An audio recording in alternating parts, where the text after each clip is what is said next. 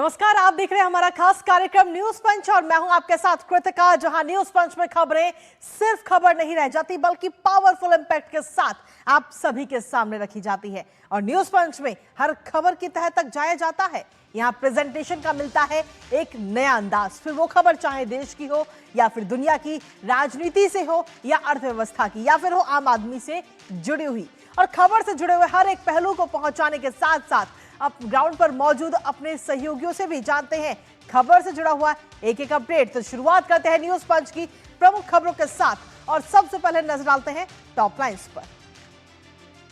और top lines के जरिए सबसे पहली और प्रमुख खबर पश्चिम बंगाल से, जहां ममता बनर्जी का फ्लॉप शो नजर आया। जी हां, इस समय दरअसल आपको बता दें कि टीएमसी जो 15 सालों तक पश्चिम बंगाल में सत्ता में रही, अब वो इस समय टूट की कगार पर है। अब आखिर टूट की कगार पर ये क्यों पहुंची, कैसे पहुंची और क्यों इस चीज को लेकर तमाम दावे किए जा रहे हैं, बताएंगे इस खबर के बारे में विस्तार से। लेकिन इसके साथ ही जो दूसरी प्रमुख खबर वो भी पश्चिम बंगाल से ही है, क्योंकि यहां पर एक बार फिर से नोटों के कई सारे बंडल मिले हैं और इन बंडलों में दीमक लगी हुई थी। लेकिन इस बार खास बात यह है कि ये जो नोटों के बंडल मिले हैं वो किसी व्यापारी के घर पे नहीं, किसी नेता के घर पर नहीं, बल्कि एक शिक्षा संस्थान से मिले। दिखाएंगे वहां की तस्वीरें भी आपको। लेकिन इसके साथ ही जो तीसरी प्रमुख खबर उत्तर प्रदेश से, जहां सीएम योगी का इंसाफ और 48 साल बाद परिवार लौटेगा। जी हां, परिवार जो है, ये पीड़ित परिवार 48 सालों से इंतजार कर रहा था कि उसे इंसाफ में होगा, उसके साथ उसको न्याय मिलेगा और अब वो सपना उसका सच होता हुआ नजर आ रहा है। कैसे, बताएंगे आपको। लेकिन इसके साथ ही एक और प्रमुख खबर, जहां मदरसों पर ताले और खौफ में इस वक्त बदमाश नजर आ रहे हैं। जी हां, उत्तर प्रदेश के अंदर बदमाशों के खिलाफ लगातार एक्शन इस समय नजर आ रहा है और क्या कुछ लेटेस्ट अपडेट है वो भी जानेंगे अपने सहयोगी से। लेकिन सबसे पहले बात करते हैं पश्चिम बंगाल की। तो जी हां, पश्चिम बंगाल की सबसे पहले बात, जहां क्या लंबे समय तक बंगाल की सत्ता में रहने वाली टीएमसी इस समय अब टूट की कगार पर है। क्या जिस टीएमसी को ममता बनर्जी की सबसे बड़ी ताकत माना जाता था, अब उसी पार्टी में दरार पड़ चुकी है? दरअसल ये सवाल इसलिए उठ रहे हैं क्योंकि जिस टीएमसी यानी तृणमूल कांग्रेस का शक्ति प्रदर्शन होना था, वो अब सिर्फ एक फ्लॉप शो में पड़ गया है। जी हां, फ्लॉप शो नजर आया है। कोलकाता में मंच सजा, नारे भी लगे, लेकिन सवाल ये उठा कि आखिर टीएमसी ने अपने नेता कहां थे? 80 विधायकों में से मात्र गिने चुने चेहरे ही वहां पर क्यों नजर आए? विधायकों के अलावा अगर बात सांसदों की करें तो उनकी संख्या भी बेहद कम रही, जो ये दिखाती है कि अब पार्टी के अंदर ही उठने लगी है बगावत की आवाज। और इस बगावत की आवाज को लेकर दावा यह भी किया जा रहा है कि टीएमसी अब 2 खेमों में बंट चुकी है। यहां तक यह भी कहा जा रहा है कि कई विधायक पार्टी छोड़ सकते हैं। कुल मिलाकर इन सबको अगर हम देखें तो एक ही सवाल इस समय नजर आता है कि क्या 15 साल तक बंगाल की सत्ता में रहने वाली टीएमसी अब टूट रही है? सत्ता परिवर्तन जैसे ही हुआ है, सत्ता परिवर्तन के बाद टीएमसी के अंदर भी क्या राजनीतिक भूकंप इस समय शुरू हो चुका है? क्योंकि एक के बाद एक कई सारी, जब सत्ता परिवर्तन हुआ तो उसके बाद में एक के बाद एक कई सारी बैठकें हुई तृणमूल कांग्रेस की, और ऐसे में जब तृणमूल कांग्रेस की बैठकें हुई तो उन बैठकों में जो उनके अपने विधायक हैं वही नहीं पहुंच पाए। अब जहां वो विधायक मीटिंग्स में नहीं पहुंच रहे हैं, वहीं दूसरी तरफ अगर हम देखें तो अभिषेक बनर्जी का विरोध भी इस समय होना है। और टीएमसी के अंदर जो ये दिखाता है कि जो उनके नेता हैं, जो उनके समर्थक हैं, उनके अंदर कहीं ना कहीं असंतोष है इस समय। दिखाएंगे वहां की तस्वीरें, लेकिन सबसे पहले आपको दिखाते हैं ममता का फ्लॉप शो। तो ममता का फ्लॉप शो सबसे पहले आपको दिखाते हैं, जहां टीएमसी इस समय कहीं ना कहीं 2 खेमे में बढ़ती हुई नजर आ रही है। तो 4 बार ये हम आपको चीज दिखा रहे हैं, जहां अंदरूनी बगावत इस समय उजागर हो चुकी है और मात्र 6 सांसदों का कहीं ना कहीं समर्थन इस समय टीएमसी को मिल रहा है। और जो महाधरने का पूरा एक प्लान था पूरा, वो कहीं ना कहीं अब धरा का धरा रह गया। टीएमसी के सांसद भी और विधायक भी दोनों ही कहीं ना कहीं गायब रहे। और इसके साथ ही धरने पर सीएम शुभेंदु का बयान भी इस समय सामने आ चुका है और उन्होंने कहा कि तृणमूल कांग्रेस की जो ये हालात है वो वाकई दयनीय है। 80 में से मात्र 8 एमएलए ही इस महाधरने में, जिसको महाधरना नाम दिया गया, उस महाधरने में मात्र 8 नेता ही पहुंचे। अब कहीं ना कहीं टीएमसी जो है वो इस समय 2 खेमे में बट गई है, 2 खेमे की में बटने की कगार पर इस वक्त नजर आ रही है। जैसा कि इस वक्त हम आपको ग्राफिक्स के जरिए दिखा भी रहे हैं, एक तरफ ममता बनर्जी और दूसरी तरफ अभिषेक बनर्जी। अब ऐसे में टीएमसी में टूट का जो काउंटडाउन है वो भी शुरू हो चुका है। अंदरूनी बगावत इस समय साफ तौर पर उजागर होती हुई नजर आ रही, क्योंकि अभिषेक बनर्जी भी इस समय नाखुश हैं। तो ऐसे में क्या ये कहा जाए कि एक समय में 15 साल तक लगातार सत्ता में रहने वाली तृणमूल कांग्रेस अब इस समय दो गुट में बंट रही है, बंटने की कगार पर है, क्योंकि इस तरीके के दावे टीएमसी के जो पूर्व नेता हैं उनकी तरफ से ही किए जा रहे हैं। और जब महाधरने की बात तृणमूल कांग्रेस की तरफ से ममता बनर्जी की तरफ से की गई, तो उस महाधरने में गिने चुने सांसद ही पहुंचते हैं, गिने चुने विधायक पहुंचते हैं, जिससे कहीं ना कहीं जो अंदरूनी जो बगावत है वो इस समय साफ तौर पर उजागर होती हुई नजर आती है। लेकिन इसके साथ ही टीएमसी में यह भी कहा जा रहा है कि जो टूट का काउंटडाउन है वो भी इस समय शुरू हो चुका है। 4 मई की जब हम बात करें तो सत्ता से बाहर टीएमसी हो गई थी और 80 विधायक उस दौरान जीते थे। 6 मई को पहली बैठक हुई, जिसमें पहली बैठक में मात्र 9 विधायक पहुंचे और कई सारे विधायक जो है वो गायब रहे। 19 मई की जो बैठक हुई इसमें 15 विधायक गायब रहे। उसके बाद में 31 मई को बैठक होती है। 31 मई की बैठक में 80 में से 60 एमएलए गायब। अब आप सोचिए, उसके बाद में 2 जून को बैठक हुई और इस 2 जून की बैठक में 80 में से 70 एमएलए गायब, यानी कि और साथ ही कि 26 सांसद भी नहीं आए। तो ऐसे में ये सवाल इस तरीके से लगातार उठ रहे हैं कि क्या जो विधायक हैं, जो सांसद हैं तृणमूल कांग्रेस के, वो एक एक करके पार्टी से दूरी बनाते हुए नजर आ रहे हैं, या यूं कहें कि ये टूट का काउंटडाउन शुरू हो चुका है। हमारे साथ हमारे सहयोगी सौरभ दत्ता इस वक्त जुड़ गए हैं, सीधा उनका रुख करेंगे ताजा अपडेट के लिए। सौरभ, एक एक करके कई सारी जो चीजें हैं वो हमने ग्राफिक्स के जरिए अपने दर्शकों को समझाएंगे, किस तरीके से जब सत्ता परिवर्तन हो, 15 साल तक टीएमसी सत्ता में रही, उसका सत्ता परिवर्तन होते ही कैसे टीएमसी के जो अपने विधायक हैं 80 विधायक को एक एक करके दूरी बनाते हुए मीटिंग से नजर आए और महाधरने का जो पूरा प्लान था वो एक फ्लॉप शो में तब्दील हो गया। सौरभ, ये धरना तब हुआ कृतिका, जब ममता बनर्जी इस सवाल के सामने खड़ी हुई कि उनकी तृणमूल टूट रही है, तृणमूल रह रही है या नहीं रह रही है। क्या सच में असली तृणमूल गढ़ने वाला है, नया कोई असली तृणमूल आएगा? ऋतव्रत बंदोपाध्याय, संदीपन शाह जिसके नेतृत्व दे रहे हैं। तो ये सवाल जब था तो कल एक तरह से अग्नि परीक्षा थी ममता बनर्जी के सामने, लेकिन उस अग्नि परीक्षा में ये देखा गया कि आप अगर भीड़ की बात करें तो वाई चैनल ऐसा एक जगह है, वहां अगर 200 लोग भी खड़े हो जाते हैं तो लगता है कि बहुत सारे लोग आए हैं। तो उस वाई चैनल में भी एक समय के बाद, 1 घंटे के बाद, आधा घंटा 1 घंटे के बाद देखा गया कि काफी भीड़ पतली होने लगी। दूसरी बात यह है कि 78 विधायक, 80 में से अगर 2 विधायक जैसे संदीपन शाह और ऋतव्रत बंदोपाध्याय को तो निष्कासित किया गया है, तो बाकी जो विधायक हैं 78 विधायक, अगर ये प्रूव करना था कि टीएमसी नहीं टूट रही है तो सभी को वहां होना था, हाजिर होना था। लेकिन वहां पर देखा गया सिर्फ 8 विधायक है, वो भी श्रवणदेव चट्टोपाध्याय, फिराद हाकिम, कुणाल घोष, असीमा पात्र, अशोक देव, ऐसे कुछ विधायक थे। तो जो 8 विधायक वहां पे थे तो बाकी 70 विधायक कहाँ थे? अगर उनके, ये सवाल इसलिए उठ रहा है क्योंकि लगातार ये बात सामने आ रही है कि अभिषेक, ममता बनर्जी से कोई परहेज नहीं है, लेकिन अभिषेक बनर्जी नेतृत्व को लेकर सवाल उठा रही है। तो उसी में चलते ममता बनर्जी को कहीं ना कहीं या तो अभिषेक बनर्जी चुनना होगा या फिर अपनी पार्टी चुनना होगा, ऐसा एक स्थिति लगता है तैयार हो गया है। चलिए, आप टीएमसी के अंदर जो घटनाक्रम देखने को मिल रहे हैं उस पर आप अपनी नजर लगातार बनाए रखिएगा। आपसे एक और खबर को लेकर लेंगे अपडेट, लेकिन फिलहाल इस खबर को लेकर शुक्रिया। तो ऐसे में जहां एक तरफ ममता खेमे में टूट और फ्लॉप शो को लेकर के चर्चाएं हैं और कई सारी खबरें सामने आ रही, वहीं दूसरी ओर अगर हम देखें तो नोटों का पहाड़ नजर आया, 100 और 500 के नोटों की गड्डियां। और इस बार ये नोटों का पहाड़ों का ये नजारा किसी नेता या कारोबारी के घर का, उसके ठिकाने का नहीं है, बल्कि कॉलेज कैंपस का है। जी हाँ, जहां पढ़ाई होनी चाहिए थी वहां से नोटों से भरे हुए बैग मिलने का दावा किया जा रहा है। सुरेंद्रनाथ कॉलेज, टीएमसी समर्थित छात्र परिषद का एक कमरा, और वहां से निकले हैं दीमक लगे हुए नोटों के ये बंडल, जिसके बाद ये सवाल इस समय उठ रहा है कि कॉलेज शिक्षा का केंद्र है या फिर राजनीति से जुड़े हुए लोगों का कैश सेंटर है। हालांकि यह पहली बार नहीं है जब नोटों के इस तरीके के बंडल बरामद हुए हो, इससे पहले भी हमने देखा है कि करोड़ों के कैश कांड बंगाल की जनता देख चुकी है।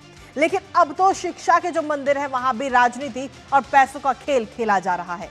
अपडेट जानेंगे अपने सहयोगी सौरभ से, उससे पहले आपको दिखाते हैं टीएमसी का दीमक वाला ये खजाना। जी हाँ, इन नोटों के बंडलों में दीमक लग चुकी है। अब आप सोचिए कि कितने सालों से ये यहाँ पर रखे होंगे। टीएमसी समर्थित छात्र परिषद के कमरे से ये नोटों के ये बंडल बरामद हुए हैं और इन बंडलों में अगर हम देखें तो 100 और 500 के नोटों की जो गड्डियां थी वो यहाँ से बरामद की गई हैं। सफाई हो रही थी और सफाई के दौरान नोटों से भरे हुए ये बैग बरामद किए गए हैं।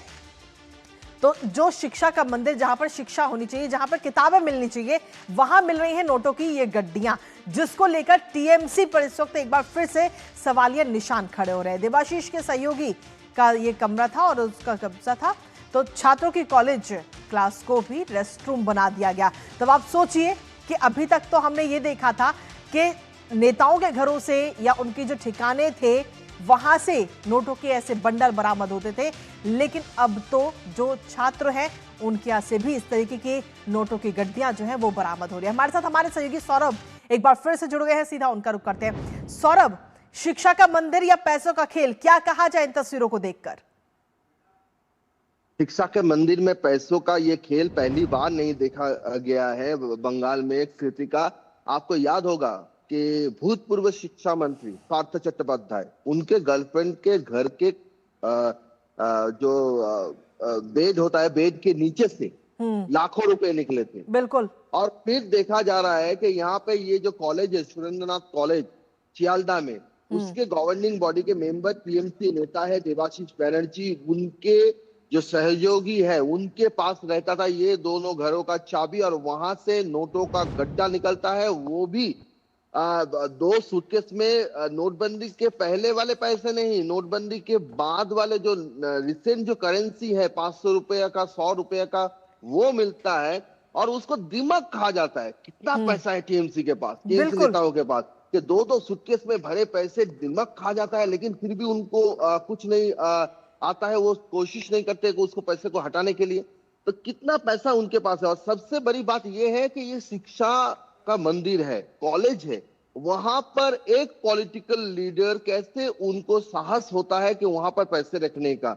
ये खुली छूट उनको किसने दिया? वहां पर कॉलेज में 13 क्लासरूम बने थे, नई 5वीं मंजिल में नई तरीके से 2 क्लासरूम वो टीएमसी के नेता अपने कब्जे में ले लिया, उसको रेस्ट रूम बना दिया उन्होंने, गेस्ट रूम बना दिया। कॉलेज में गेस्ट रूम किस लिए जरूरत पड़ता है? और कहां से ये निकला है? जहां से अभिषेक बनर्जी का होर्डिंग निकला है, जहां से ममता बनर्जी का होर्डिंग निकला है, जहां से वहां का जो स्थानीय विधायक है नैना बंदोपाध्याय का होर्डिंग निकल रहा है। तो कॉलेज में नैना बंदोपाध्याय, ममता बनर्जी, अभिषेक बनर्जी का होर्डिंग क्यों कॉलेज के भीतर? बिल्कुल। शिक्षांगन में राजनीति क्यों? ये सवाल तो उठेगा। बिल्कुल। तो ये सवाल इसलिए भी उठ रहा है क्योंकि ये पैसा किसका है? क्या ऐसा है कि ईडी के जो छापामारी चल रहा है, सीबीआई का जो छापामारी चल रहा है, उसके डर से ये सारे पैसे वहां पर सेफ कस्टडी के हिसाब से छुपे रखा गया था? बिल्कुल सौरभ, क्योंकि डर में थे। ये तस्वीरें सामने आने के बाद में कई सारे सवाल इस वक्त उठना लाजमी। हालांकि देखना होगा कि जब जांच होगी तो उसमें कई सारे सवालों के जवाब भी मिलेंगे। फिलहाल बहुत बहुत शुक्रिया सौरभ, तमाम जानकारी और अपडेट्स हमारे साथ साझा करने के लिए, इस महत्वपूर्ण खबर से जुड़े हुए। इसी के साथ अब रुक करते हैं हमारी अगली महत्वपूर्ण खबर का, जहां 48 साल, 3 पीढ़ियां और इंसाफ का एक अधूरा इंतजार। जी हां, संभल की गलियों में 1978 के दंगों का वो धुआं आज भी इतिहास के पन्नों पर दर्ज है, लेकिन उस धुएं में एक परिवार की जिंदगी भी राख हो गई थी। रामशरण दास रस्तोगी, जिनकी हत्या ने न सिर्फ एक शख्स की जान ली, बल्कि पूरे परिवार से उसका घर, उसकी पहचान और उसका भविष्य छीन लिया। दंगों के बाद परिवार सालों तक दर दर भटकता रहा, ना सिर पर छत, ना अपने नाम जमीन, बस एक उम्मीद कि कभी तो न्याय मिलेगा उस परिवार को। और अब करीब आधी सदी बाद संभल से एक ऐसी तस्वीर सामने आ रही है जो सिर्फ पुनर्वास नहीं बल्कि भरोसे की वापसी को भी दर्शाती है। योगी सरकार में प्रशासन ने उस परिवार की पुकार को सुना, जिसके बाद अब रामशरण रस्तोगी के परिवार को उनकी जमीन का मालिकाना हक सौंपा जाएगा, जिस दर्द ने 3 पीढ़ियों को रुलाया। आज उसी दर्द पर मरहम भी लगेगा। दिखाएंगे आपको वहां की तस्वीरें, उससे पहले आपको दिखाते हैं 48 साल बाद संभल में इंसाफ। तो ये तस्वीरें इस समय आपको दिखा रहे हैं। जी हां, 48 साल बाद संभल में इंसाफ मिलने जा रहा है। पीड़ितों के जख्मों पर मरहम लगता हुआ नजर आएगा। आपको बता दें, संभल की जब हम बात करते हैं, संभल प्रशासन की तरफ से ये एक बड़ी पहल की गई जहां अवैध कब्रिस्तान पर पहले बुलडोजर चलाया गया, उसको प्रशासन ने अपने कब्जे में लिया। अब उसी जमीन को सौंपा जाएगा इस पीड़ित परिवार को। जमीन पर जो पीड़ित परिवार है उसको बसाया जाएगा और जो परिवार है राम शरण के जो परिवार है उसको ये जमीन दी जाएगी। जमीन पर दंगा पीड़ित परिवार जो है राम शरण रस्तोगी का परिवार, उसे अब ये जगह दी जाएगी। हालांकि इस परिवार ने एक बार मुख्यमंत्री जो हैं उत्तर प्रदेश के, उनसे मुलाकात भी की थी और मुलाकात के बाद में जो अपना दुख दर्द था वो उनको बयां किया था, जिसके बाद में मुख्यमंत्री की तरफ से भी आदेश आया, प्रशासन एक्टिव मोड में आया और उस गुहार के बाद अब 100 वर्ग मीटर की जो जमीन है वो अब दी जाएगी। अब लेकिन इसके साथ ही अगर हम देखें तो जो ये संभल में जो हिंसा हुई थी वो इतिहास के पन्नों में दर्ज है, जिसकी तस्वीर भी हम आपको दिखा रहे हैं। ऐसे में अगर हम देखें तो मार्च 1978 में ये हिंसा भड़की थी। काफी भयावह ये हिंसा और हिंसा से काफी लोग इसमें प्रभावित हुए थे। कई सारे परिवार बेघर हो गए थे उस वक्त और इसी हिंसा में राम शरण दास रस्तोगी की भी हत्या कर दी गई थी। कहा यह भी जाता है कि हत्या करके उनका जो शव था उससे बड़े पत्थरों से बांध करके कुएं में फेंक दिया गया था। राम शरण के जो स्वर्गीय पुत्र हैं उन्होंने 1978 में यह जो पूरा मामला है वो दर्ज भी कराया था। अज्ञात लोगों के खिलाफ ये पूरा जो केस है वो उस वक्त दर्ज कराया गया था। परिवार ने आरोप भी लगाया उसके बाद में कि इस पूरे मामले में कोई जांच ही नहीं की जा रही है और जिसकी वजह से परिवार की जो न्याय की आस थी वो अधूरी रह गई। और लेकिन अब कहीं ना कहीं परिवार ने जिसके बाद में पलायन कर लिया और जो संभल है उस क्षेत्र को छोड़ करके दिल्ली शिफ्ट हो गया। हमारे साथ हमारे सहयोगी निशांत इसको जुड़ गए हैं, सीधा उनका रुख करेंगे। निशांत, क्या कुछ ताजा अपडेट है आपके पास में? हालांकि ये जो न्याय था वो आज मिलना था लेकिन फिलहाल इसे पोस्टपोन कर दिया गया है और कल कहीं ना कहीं ये जो जमीन है वो पीड़ित परिवार को दी जाएगी। और क्या कुछ लेटेस्ट अपडेट आपके पास निशांत?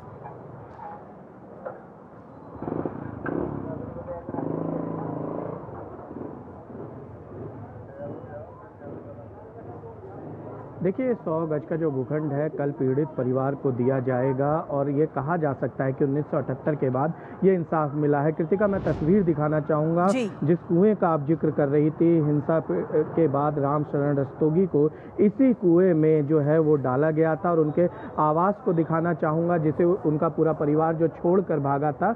ये आपको नज़र आ रहा होगा, ये उनका आवास था। हालांकि अभी यहाँ पर इनके भाई, चचेरे भाई रहते हैं, सुशील रस्तोगी। अभी उनसे बात हुई थी, उन्होंने कहा कि ये बहुत बड़ी खुशी की बात है कि उनका परिवार वापस संभल आ रहा है, उनके भतीजे वापस संभल आ रहे हैं और उनसे उनकी मुलाकात हो सकेगी और पूरा परिवार एक साथ रह सकेगा। 1978 से लेकर 2026 की यात्रा आप समझ सकते हैं रस्तोगी परिवार के लिए कितनी कष्टकारी होगी कि अपनी ज़मीन, अपनी जगह छोड़कर कभी दिल्ली, कभी मुरादाबाद और जगह जगह पूरा परिवार भटका। लेकिन मुख्यमंत्री योगी आदित्यनाथ से जब उनके पौत्र कपिल रस्तोगी मिले, उसके बाद से मुख्यमंत्री ने जो आश्वासन दिया, अब संभल प्रशासन उस दिशा में काम करते हुए नजर आ रहा है और कहीं ना कहीं ये राम शरण रस्तोगी जी को इंसाफ है जिन्होंने अपनी जान जो है हिंसा में गंवाई। फिलहाल आपसे लेटेस्ट अपडेट जानना चाहेंगे कि अब ये जमीन कब और कैसे पीड़ित परिवार को सौंपी जाएगी निशांत?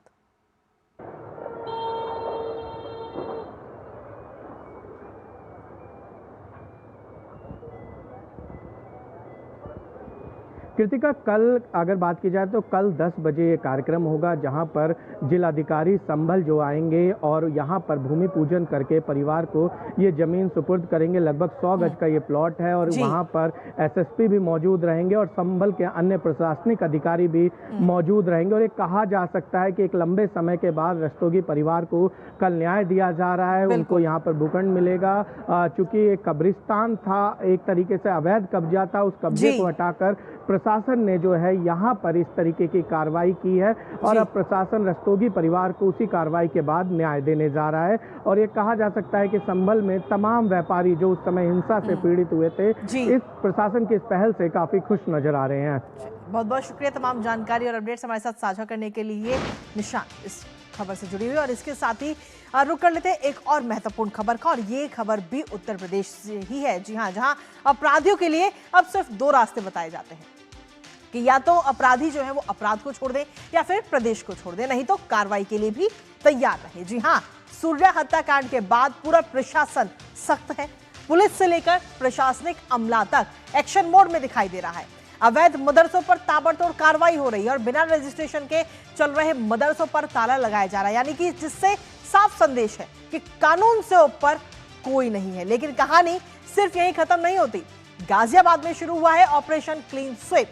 योगी सरकार के निर्देश पर अपराधियों के खिलाफ एक ऐसा शिकंजा इस समय कसा जा रहा है कि हिस्ट्री शीटर बदमाशों में हड़कंप मचा हुआ है। 150 से ज्यादा बदमाशों की धरपकड़ हो चुकी है। थानों में बुलाकर उनको चेतावनी दी जा रही है कि आप अपराध छोड़ दो, और ऐसे में कई अपराधी तो अब अपराध छोड़ने की कसम खाते हुए भी नजर आ रहे हैं। और अपने सहयोगी से जानेंगे लेटेस्ट अपडेट। उससे पहले आपको दिखाते हैं अवैध मदरसों पर एक्शन।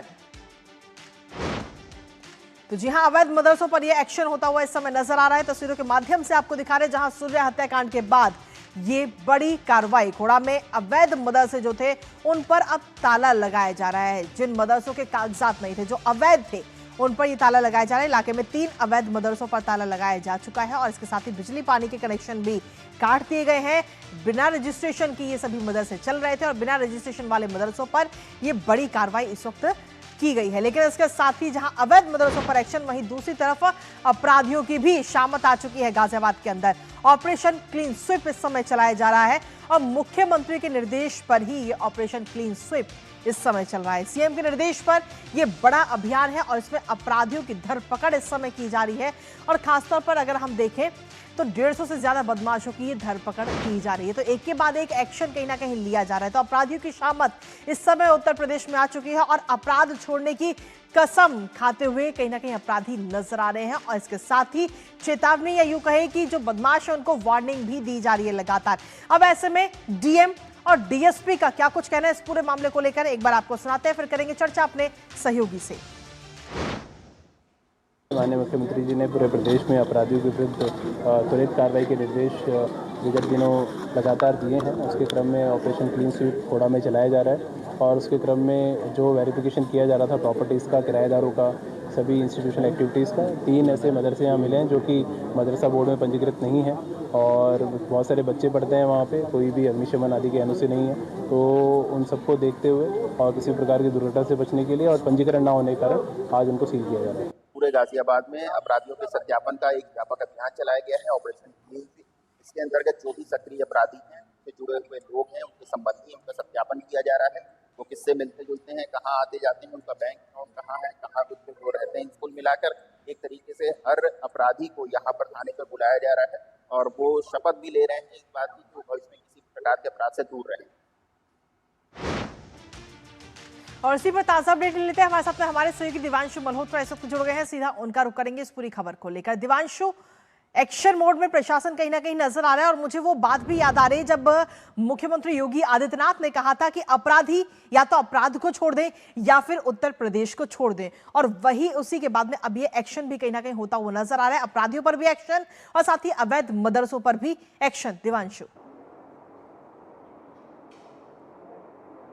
जी बिल्कुल कृतिका, जिस तरह से गाजियाबाद के खोड़े में एक युवक की हत्या हुई सूर्य चौहान नाम के, उसके बाद से ही पूरे गाजियाबाद में यूपी पुलिस ने एक ऑपरेशन क्लीन स्वीप चलाया है। आज उसका 3रा दिन है और पुलिस के मुताबिक करीब 1600 ऐसे क्रिमिनल्स हैं जिनकी पहचान की गई है। उनको थाने बुलाया जा रहा है और उनको सख्त निर्देश दिए जा रहे हैं कि अगर आप गाजियाबाद में किसी प्रकार की एक्टिविटी करते हैं तो आपके खिलाफ सख्त से सख्त जो है कार्रवाई की जाएगी। और यही वजह है कि जो क्रिमिनल्स हैं वो थाने पहुंचकर जो है वो संकल्प ले रहे हैं कि वो अपराध की दुनिया से अब जो है पीछे हट जाएंगे। 1601 के आसपास ये पूरा आंकड़ा है और आज इसका 3रा दिन है। फिलहाल मैं सूर्य चौहान, जिस युवक की हत्या की गई, उसके घर के बाहर मौजूद हूं और सबसे पहले मैं आपको ये तस्वीरें दिखाना चाहूँगा कि सूर्य चौहान का जो पूरा परिवार है यहाँ पर बैठा है। सामने सूर्य चौहान की फ़ोटो लगी है और आप समझ सकते हैं कि कितना ये गरीब परिवार है कि फ़ोटो के साथ एक स्कैनर भी रखा गया है कि अगर कोई भी फाइनेंशियल तौर पर अगर मदद करना चाहे सूर्य चौहान के परिवार की तो वो कर सकता है। फिलहाल परिवार का साफ तौर पर कहना है कि वो चाहते हैं कि असद गैंग जो इसने इस हत्याकांड को अंजाम दिया है उसके खिलाफ सख्त से सख्त एक्शन होना चाहिए। हालांकि असद का तो एनकाउंटर हो ही गया है, लेकिन इसके अलावा बाकी जो 4 आरोपी हैं जो कि एफआईआर में उनके नाम दर्ज हैं, उनके खिलाफ भी सख्त एक्शन हो, ये परिवार फिलहाल मांग कर रहा है। लेकिन फिलहाल पूरे गाजियाबाद में जो है गाजियाबाद पुलिस जो है पूरी तरीके से मुस्तैद है और चप्पे चप्पे पर हम यहाँ पर देख पा रहे हैं कि बड़ी संख्या में जो यूपी पुलिस के जवान हैं वो तैनात किए गए हैं। जी कृतिका। चलिए, बहुत बहुत शुक्रिया दिवांशु, तमाम जानकारी और अपडेट्स हमारे साथ साझा करने के लिए इस महत्वपूर्ण खबर से जुड़े हुए। और इसी के साथ फिलहाल न्यूज पंच मुझे और हमारी पूरी टीम को दीजिए अनुमति। दोपहर 2 बजे फिर होगी आपसे मुलाकात। तब तक के लिए नमस्कार।